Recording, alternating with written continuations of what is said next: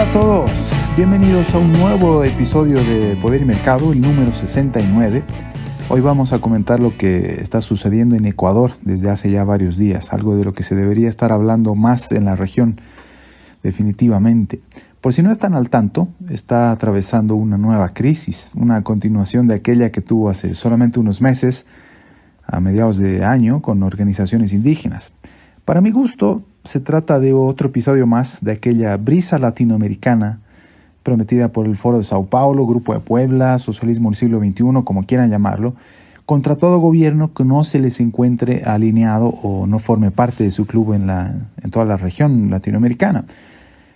Así como trataron de derrocar a Mauricio Macri en Argentina, Sebastián Piñera en Chile, Iván Duque en Colombia, Yanine Áñez en Bolivia o Donald Trump en Estados Unidos, este es el turno de Guillermo Lasso en Ecuador, y no por primera vez, sino además por segunda o incluso tercera vez.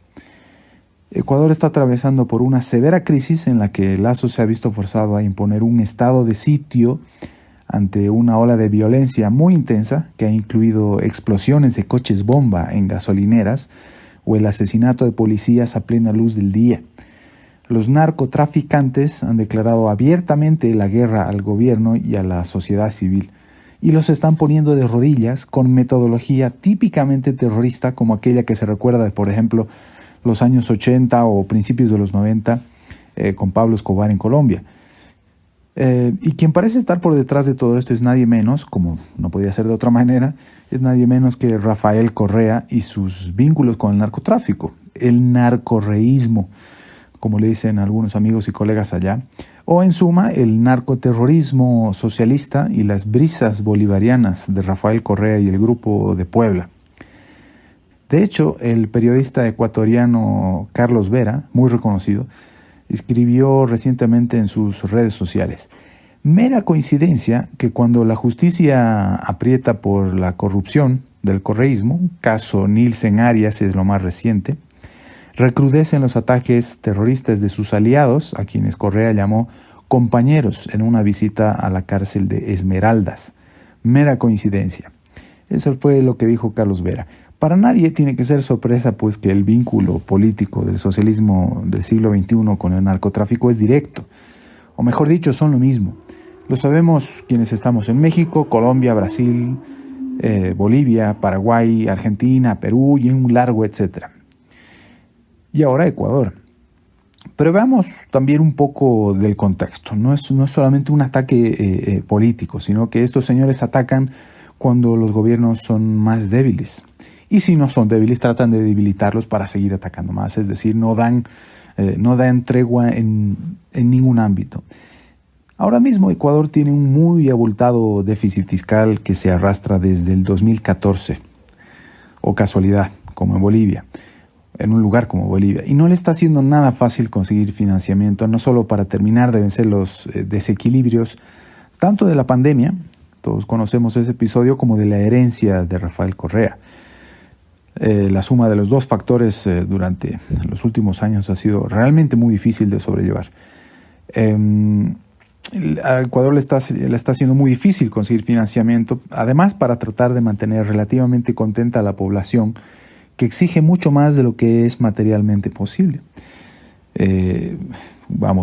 Distintos grupos de poder que respondan o no directamente a Rafael Correa, pero que sean fácilmente manipulables en este sentido, que simplemente buscan financiamiento al mismo tiempo, ya sea con privilegios de poder o directamente algún subsidio.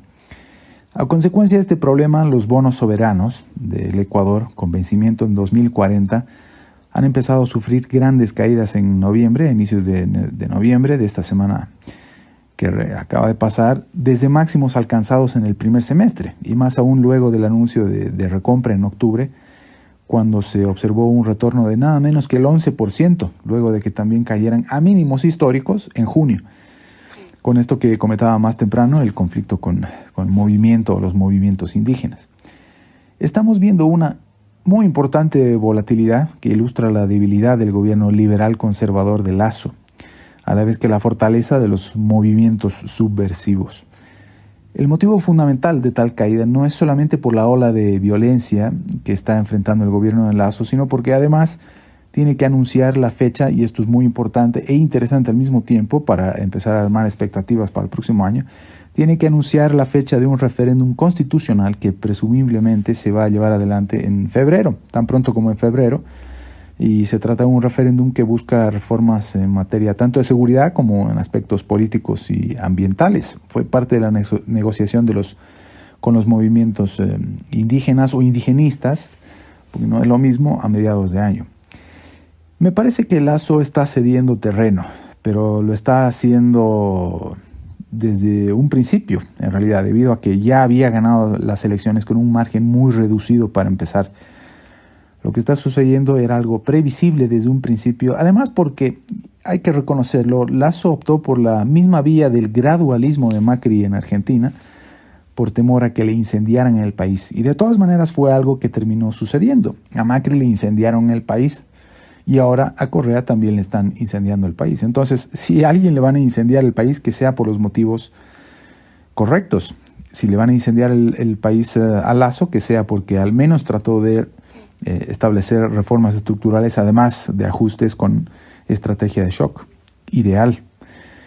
Es muy difícil, por supuesto, es fácil decirlo, pero insisto en decir, es mejor que a uno le incendien o traten de incendiarle el país por aquello en lo que uno cree y que sabe que es el camino correcto, y no simplemente porque representa, digamos que, entre comillas, la derecha. Lasso tuvo que incrementar rápidamente, a consecuencia de su gradualismo, tuvo que incrementar rápidamente el gasto en subsidios e incrementar impuestos, contrariamente a lo que pregonaba mientras se encontraba del lado de la oposición. Lo peor de todo es que entre los gastos más onerosos se encuentra el subsidio a los combustibles. Fue uno de los motivos por anteriores conflictos durante el gobierno de Lasso, y también, por supuesto, del de Lenín Moreno. Pero sobre todo, uno de los problemas más grandes del gasto es el gasto estructural, que se dedica fundamentalmente a subsidiar al Instituto Ecuatoriano de Seguridad Social, IES, que está quebrado. Ecuador tiene problemas de financiamiento porque fundamentalmente sigue gastando demasiado y ha tratado de conseguir financiamiento sin recorte alguno del gasto, y además ha tratado de incrementar los ingresos. Es francamente difícil sobrellevar esto para la economía, especialmente para el gobierno, por supuesto, pero en general es muy difícil para la economía también, porque no termina de ser una u otra cosa. Francamente triste. Ecuador solamente puede dejar atrás el socialismo del siglo XXI, como lo hemos advertido en tantas otras oportunidades y respecto de tantos otros casos como el de Ecuador ahora mismo. Se tiene que abordar ajustes con estrategias de shock para evitar prolongar la agonía, pero además hay que realizar reformas estructurales con el objetivo de que no se vuelva a caer en estos mismos errores nunca más, o que al menos el país no vuelva a caer en estos errores en mucho tiempo. Lamentablemente, si es que Lasso la tuvo alguna vez, dejó pasar la oportunidad de realizar ajustes y reformas estructurales, lógicamente con un objetivo mucho más liberal o liberalizador de la economía. En este punto, Lasso parece solamente estar tratando de sortear su caída. Espero estar exagerando. Es decir, está buscando caer de la mejor posición posible, buscando el menor daño posible. Sabemos perfectamente lo que implica abrir la Constitución, por más de que aquí estemos hablando de la Constitución de Rafael Correa, si no me equivoco, la de Montecristi.